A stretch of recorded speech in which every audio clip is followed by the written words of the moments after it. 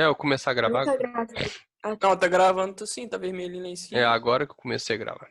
Então a gente vai começar a fazer os exercícios, terminar os exercícios de sala e depois fazer alguns para casa que vocês podem escolher aí à vontade, tá? Então, aqui. Manda os OKs aí da presença, por favor, já para o chat ficar limpo depois. Pessoal, olha só. Essa é bem tranquila, é a 2 da aula 9 e fala assim: ao soltar um martelo e uma pena na Lua, em 1973, o astronauta David Scott confirmou que ambos atingiram juntos a superfície. Eu mostrei para vocês esse vídeo, né? O cientista italiano Galileu Galilei, um dos maiores pensadores de todos os tempos, previu que se minimizarmos a resistência do ar, os corpos chegariam juntos à superfície. Na demonstração, o astronauta deixou cair em um mesmo instante, de uma mesma altura, um martelo de 1,32 kg e uma pena de 30 gramas. Durante a queda no vácuo, esses objetos apresentaram iguais acelerações, né? Eles caem juntos porque você tem dois objetos de massa diferentes. Se tiver um objeto de massa m e um objeto de massa mzão, eles vão cair juntos porque a aceleração da gravidade, a aceleração que atua sobre os dois é a mesma.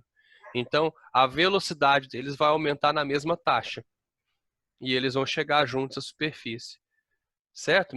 Mesmo tendo diferentes massas. O que seriam diferentes inércias? Diferentes inércias, eles têm mesmo. Inércia é a mesma coisa que você pode pensar que massa, porque massa é a medida da inércia. Impulso significa variação de velocidade, variação da quantidade de movimento. E isso aqui é a massa vezes a variação da velocidade. A gente vai aprender isso mais para frente, tá? Trabalho significa variação de energia. E eles não têm o mesmo trabalho, porque as massas são diferentes. E eles apresentam as mesmas energias potenciais? Não, porque energia potencial é massa vezes gravidade vezes altura. Eles estão na mesma altura, mas eles têm massas diferentes. Então a única coisa que eles têm igual aqui, e realmente é por isso que eles chegam juntos no chão, é que eles têm a mesma aceleração. Tranquilo? Peraí, o Abud. Oi. Por que eles não têm o mesmo impulso? Porque eles não têm massas iguais, né? Impulso é massa vezes a variação da velocidade. A velocidade deles só. varia da mesma forma, mas a massa deles é diferente, né? Certo? Certo. Então, tá, deixa eu salvar aqui a tela. E vamos para a próxima. Ó, Abud, Oi.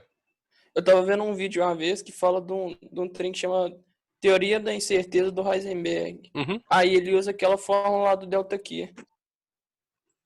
Por que não consegue descobrir o impulso nesse teorema da incerteza?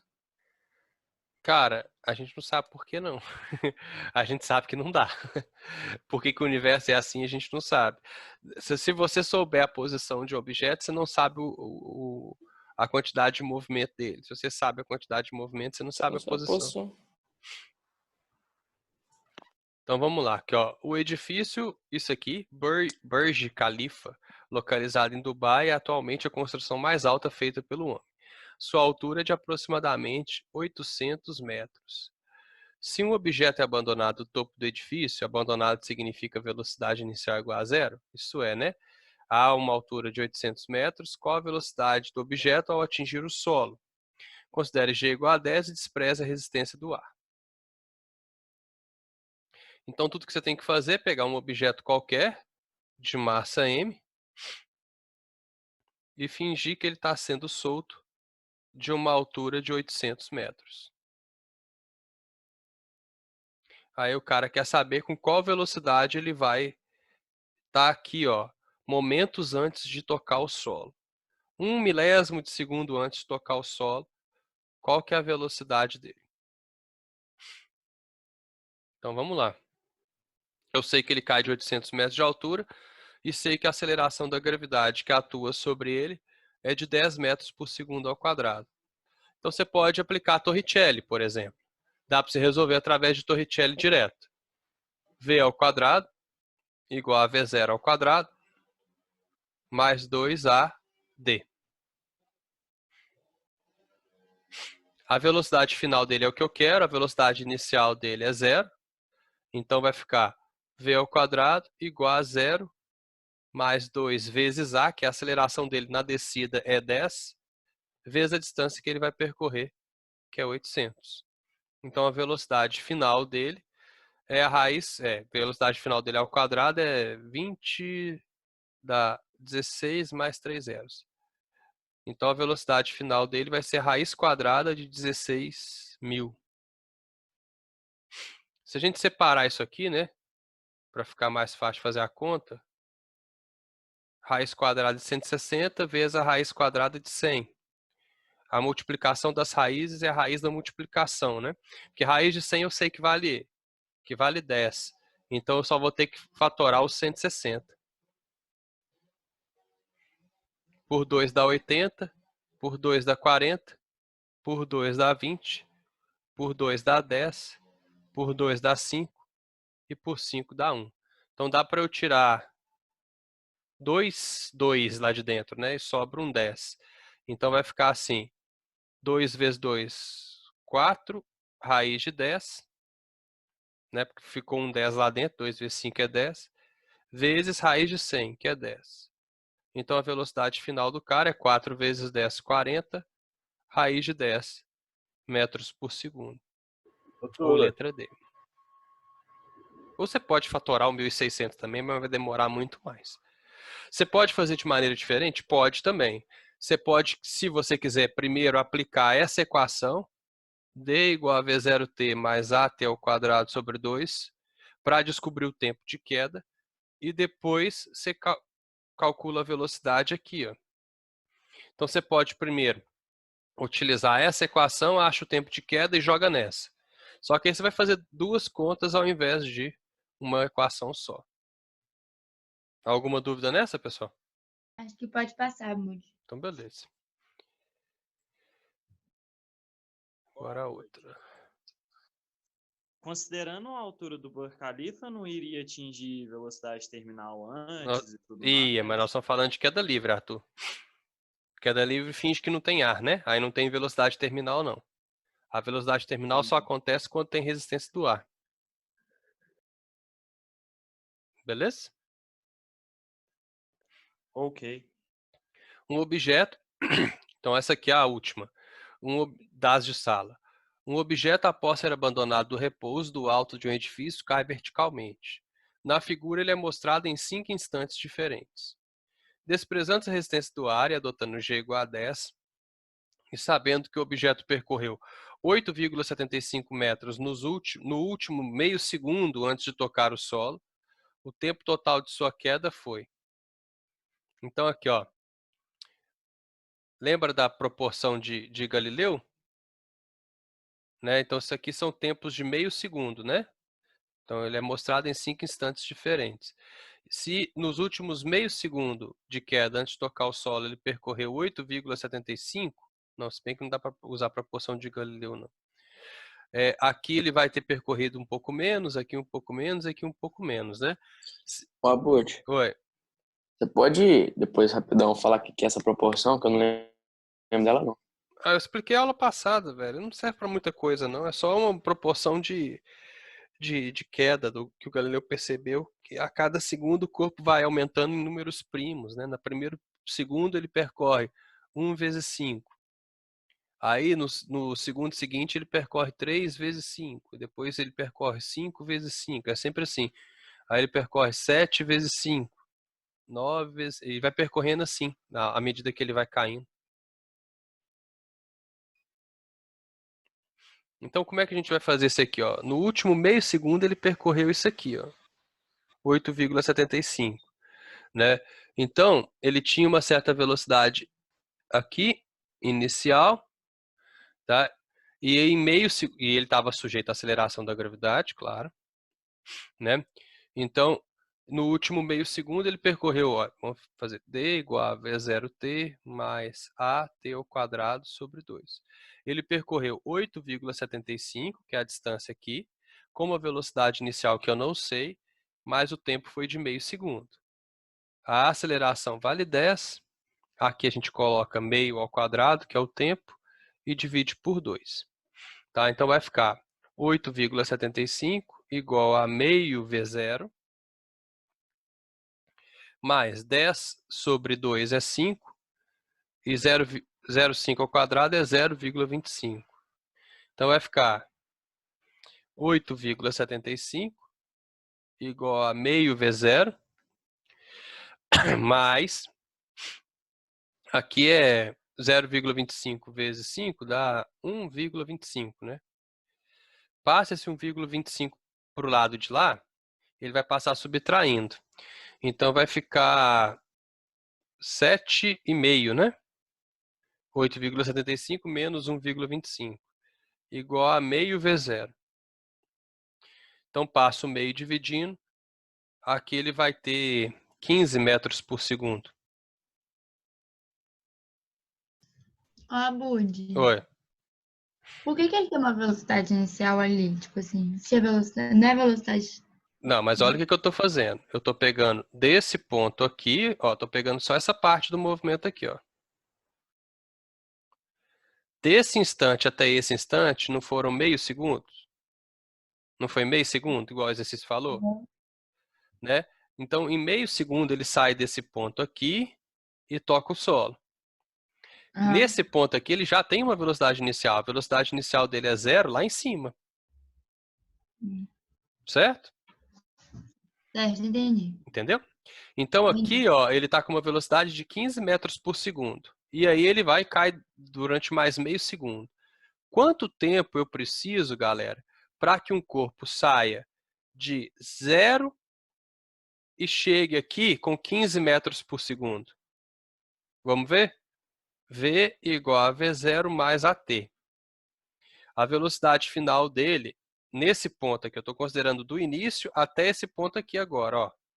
A velocidade final dele aqui é 15, a inicial é 0, a aceleração da gravidade é 10 e o tempo eu não sei. Então vai ficar 15 igual a 10t. Ou seja, o t é 1,5 segundo.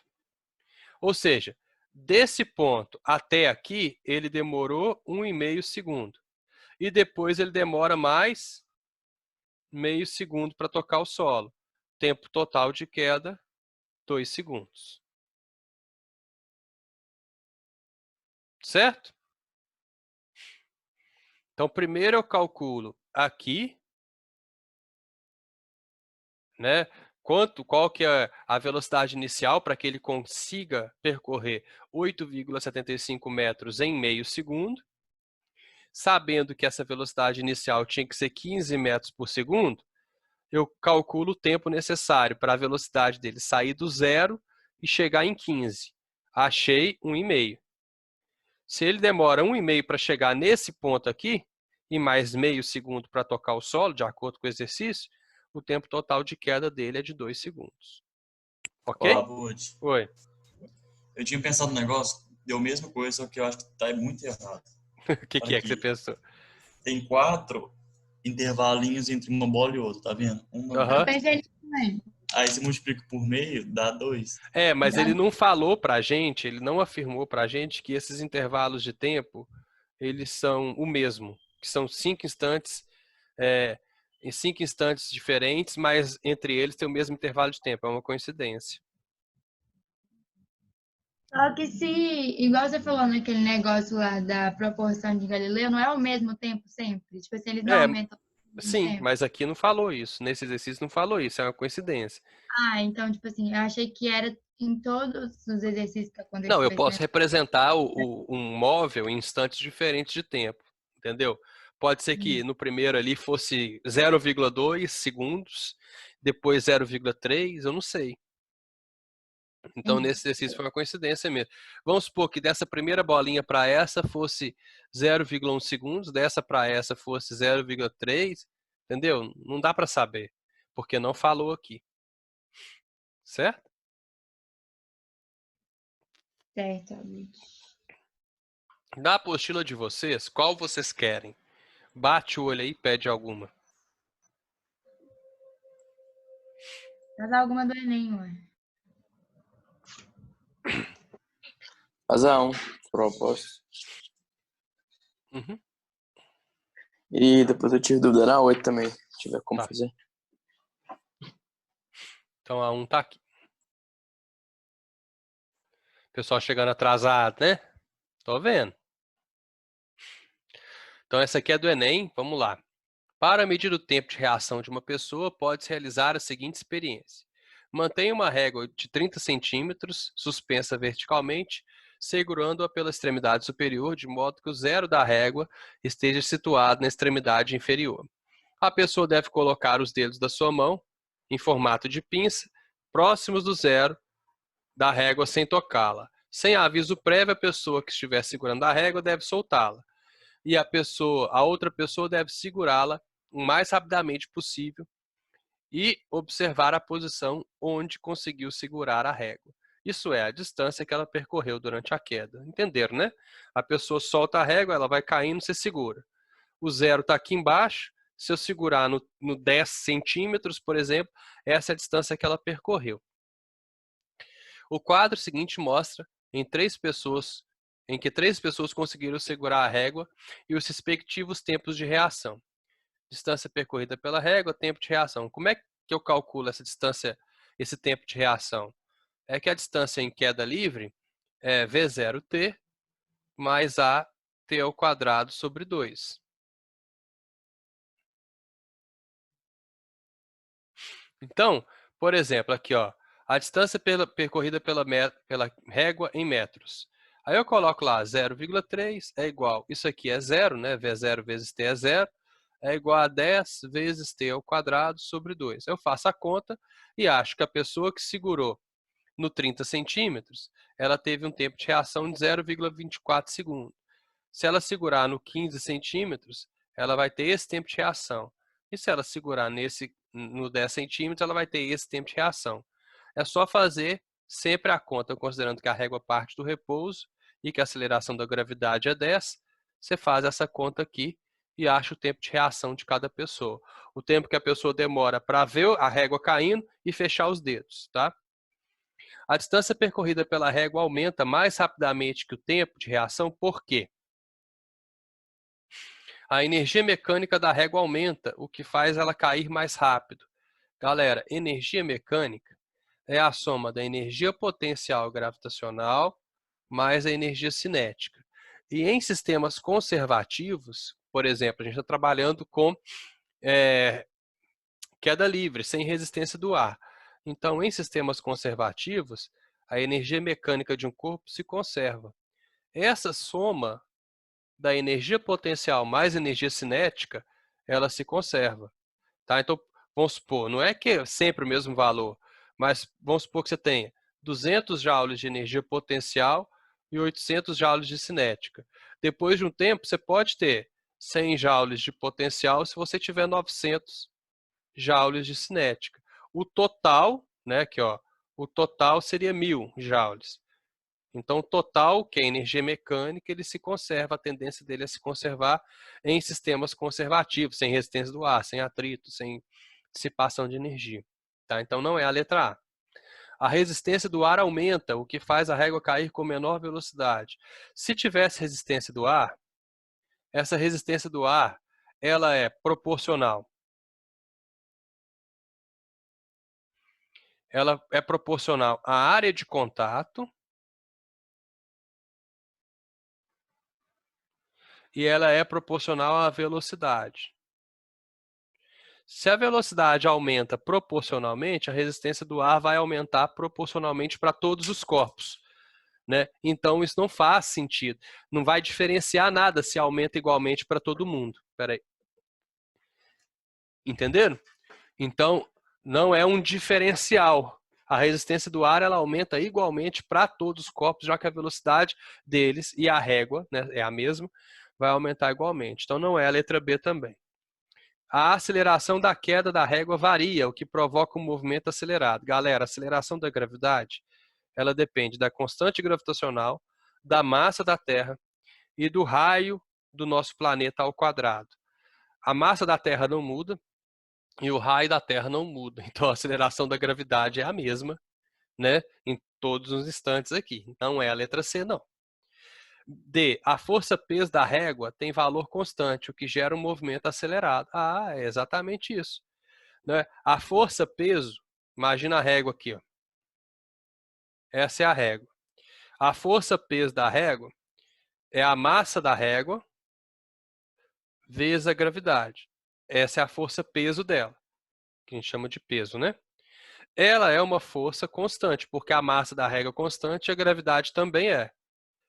Se ela é uma força constante e é a única força que atua sobre a régua, eu posso falar que o peso é igual à força resultante. Então, massa vezes a gravidade, que é o peso, é igual à força resultante, que é igual à massa vezes a aceleração. Se a massa aparece dos dois lados, o que eu posso fazer? Corto. Significa que a aceleração da régua é igual à aceleração da gravidade. Isso gera um movimento acelerado. Ou seja, a distância percorrida depende do tempo ao quadrado. Então, não é diretamente proporcional. Um é ao quadrado e o outro é elevado a 1. Beleza? Por isso que é a letra D. A velocidade da régua é constante? Não é, né? A letra E está errada. A velocidade da régua não é constante. Ok? Ô, Abud, mas se a força-peso ela é constante, eu posso concluir que eu tenho movimento acelerado? Eu não entendi isso, não. Por ser constante, não poderia concluir que é acelerado, não. Uma força constante gera uma aceleração constante, né? Olha, acabei de mostrar aqui para você aqui embaixo, ó. A força peso é igual à força resultante. O peso é a massa vezes a gravidade. Toda força resultante, segundo a segunda lei de Newton, é massa vezes a aceleração. Corta a massa dos dois lados, a aceleração da régua é sempre g. E g é sempre um valor constante. Como que g pode mudar? Só se a massa da Terra mudar ou se o raio da Terra mudar. E não vai mudar, né? Abud, não era para essa força mudar toda vez que a distância entre você e a Terra muda? Oi? Não era para essa força mudar toda vez que a distância entre você e a Terra aumenta ou diminui? É, Arthur, é sim, mas você acha que isso vai ser que é considerável ou é desprezível? Desprezível. Por quê? Porque a sua distância com relação à Terra sempre vai ser insignificante com relação a, tipo, a massa da Terra. Ao raio da Terra também, né? Porque olha só, Sim.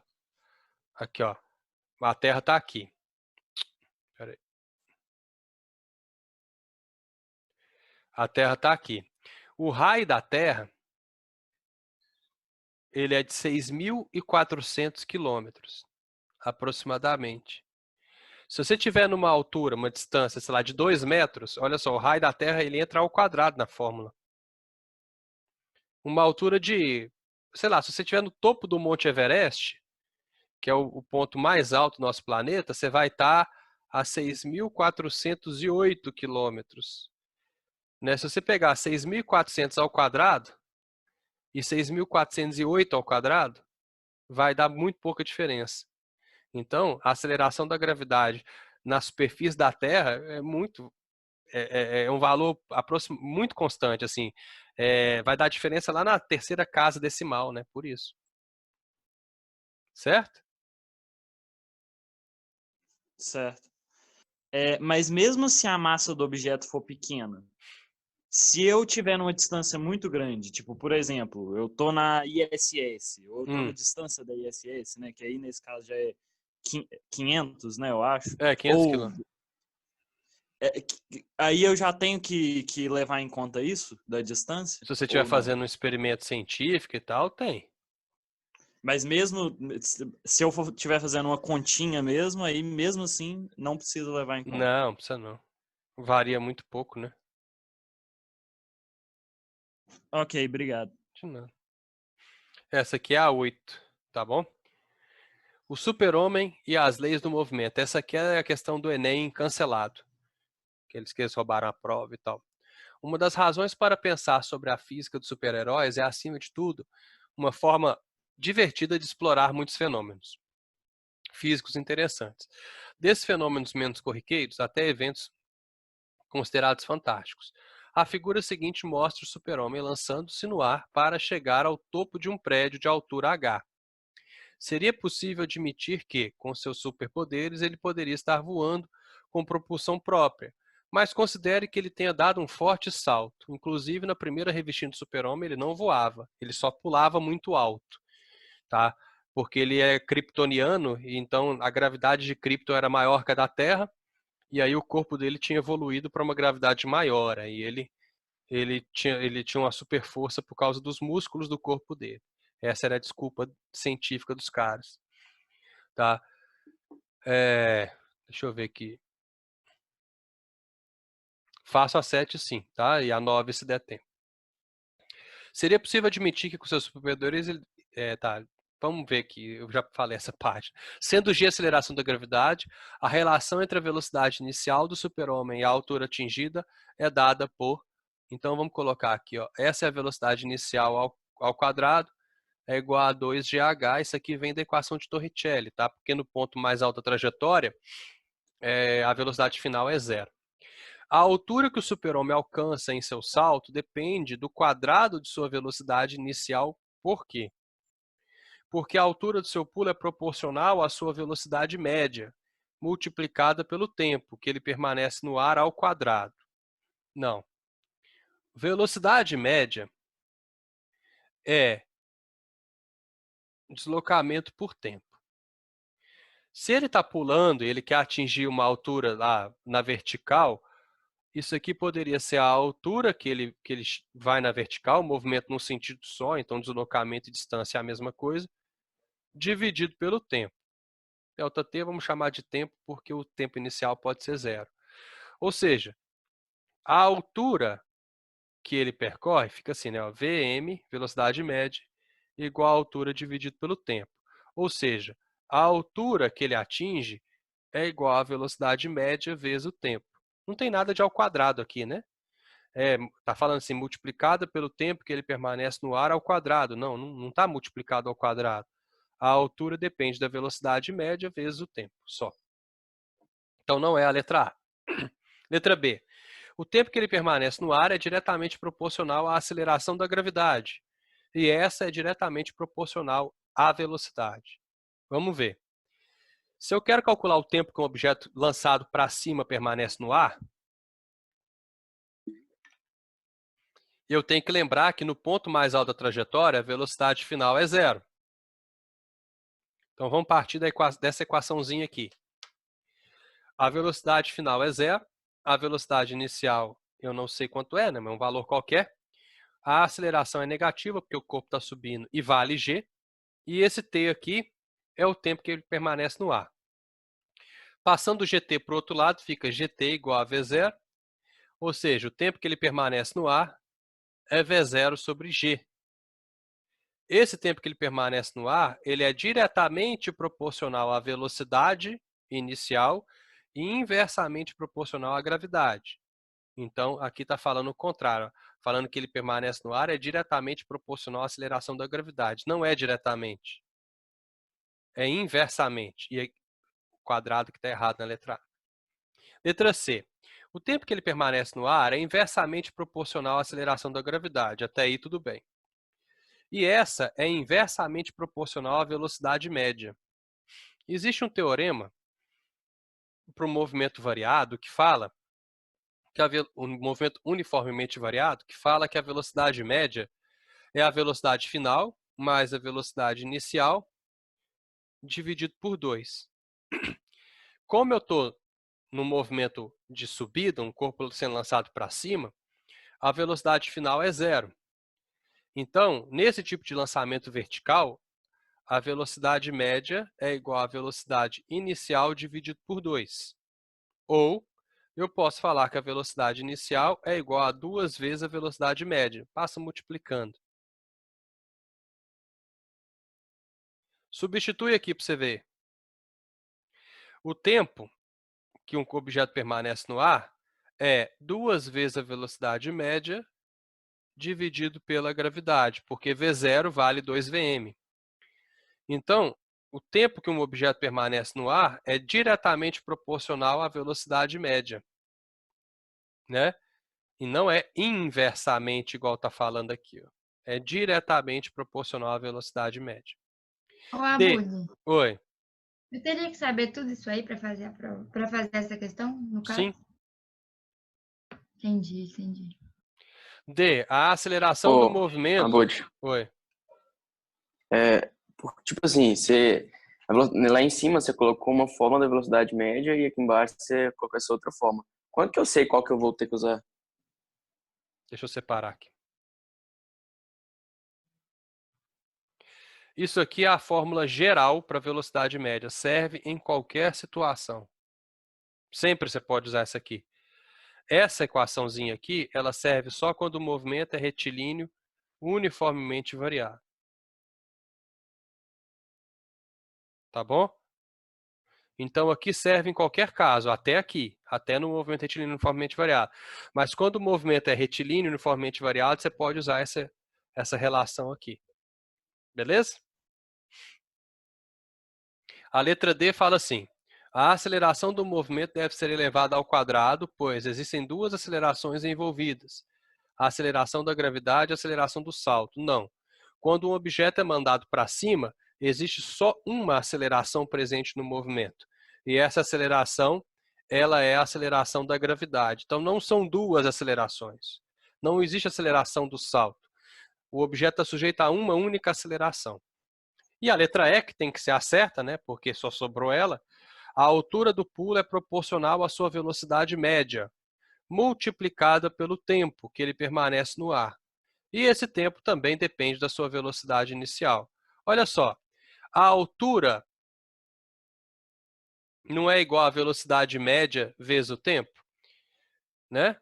E a velocidade média tá certinho isso aqui, né? A altura é igual à velocidade média vezes o tempo. Ó. A altura do pulo é proporcional à sua velocidade média. É, proporcional. Multiplicado pelo tempo, isso mesmo. E esse tempo também depende da sua velocidade inicial. Ó. Então, tá aqui. A altura realmente é igual à velocidade média vezes o tempo. E o tempo também depende da velocidade média, que ó, nós chegamos a essa conclusão aqui. Ó. O tempo depende da velocidade inicial e a velocidade inicial tem sua relação com a velocidade média. Por isso que é a letra E. Ok, galera? Beleza? Ok, Abud. Então vamos tentar fazer a 7, né, que vocês pediram? Dá tempo. Qual que vocês querem? A 7 ou a 9? Porque só dá tempo de fazer mais um.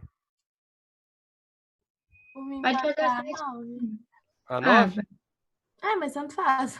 eu tô falando para fazer a 7 porque a Maria Tereza tinha pedido primeiro. Ah, não, então pode ser a 7. Então tá. Vários corpos idênticos são abandonados de uma altura de 7,2 metros em relação ao solo, em intervalos de tempos iguais. Quando o primeiro corpo atingir o solo, o quinto corpo inicia seu movimento de queda livre. Desprezando a resistência do ar e adotando a aceleração da gravidade igual a 10, a velocidade do segundo corpo nessas condições é... Então aqui, ó, a gente tem 5 corpos sendo abandonados de uma certa altura.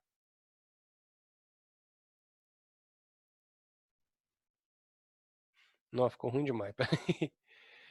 Aqui, ó. Tá todo mundo sendo abandonado de uma altura em relação ao solo, essa altura é de 7,2 metros.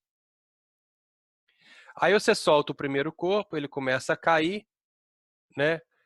Esse aqui é o primeiro corpo. A hora que o primeiro corpo toca o solo, quando o primeiro corpo atingir o solo, o quinto inicia o seu movimento. Então esse aqui é o primeiro corpo, esse aqui é o quinto corpo. A hora que o primeiro toca o solo, o quinto é solto de lá. Então o segundo corpo vai estar mais ou menos aqui, né? O terceiro corpo vai estar mais ou menos aqui. E o quarto corpo vai estar mais ou menos aqui. Lembra que as distâncias não são iguais, que é um movimento de queda. Esse é o quarto corpo.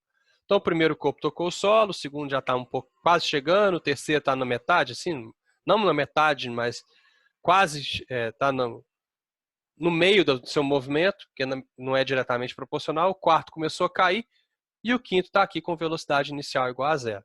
Primeira coisa, quanto tempo um corpo demora para cair de uma distância, quando ele é solto de uma distância de 7,2 metros? Quando ele é solto, a velocidade inicial é zero, a distância é 7,2, a aceleração da gravidade vale 10, e nós temos que resolver isso aqui. Passa o 2 para lá, vai dar 14,4. Igual a 10t ao quadrado. Passa o 10 para cá, vai ficar 1,44. É igual a t ao quadrado. Então, o tempo de queda é de 1,2 segundos, né? Porque a raiz quadrada é de 1,44, que é igual a 1,2 segundos. Porque a raiz de 144 é 12. Tá? Beleza? Então, aqui, ó, esse corpo demorou 1,2 segundos para cair. Então, é intervalo de tempos iguais, né? Daqui para cá, ó, eu tenho um ΔT, daqui para cá eu tenho outro ΔT, daqui para cá eu tenho outro ΔT, daqui para cá eu tenho outro ΔT. Quanto que é esse ΔT? No total dá 0,2. Aqui é o tempo zero, né? Ó, tempo zero. Aqui são 4 intervalos de tempo, né? E o total tem que dar 1,2. Então, 0,3, 0,3, 0,3 e 0,3. Certo? Falou no anunciado que era... Ah, falou, já Falou. vi. Em intervalos de tempos iguais aqui. Aham, já vi. Então, durante quanto tempo esse corpo aqui, que é o segundo corpo, está caindo? Ele está caindo durante 0,9 segundos, né? E ainda falta 0,3 para ele tocar o chão. Certo? Então, se ele está caindo durante 0,9 segundos, qual que é a velocidade dele? V igual a V0 mais AT. A velocidade final dele é igual à velocidade inicial, 0, mais 10, que é a aceleração da gravidade, vezes 0,9, que é o tempo que o segundo corpo está caindo. O segundo corpo está caindo durante 0,9 segundos, o terceiro está caindo durante 0,6 segundos, o quarto está caindo durante 0,3 segundos, e o quinto está começando o movimento, por isso que ele está no t igual a 0. Então, a velocidade do segundo corpo é igual a 9 metros por segundo, porque ele está caindo durante 0,9 segundos. Se não desenhar, não resolve. Física é a ciência do desenho. Você tem que desenhar para visualizar o que está acontecendo.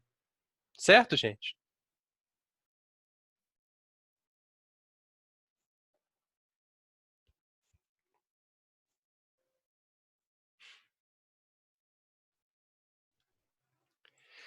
Então, galera, até a nossa próxima aula, viu? Até quarta-feira. Aí a gente vai continuar na aula 10 da apostila. Tranquilo?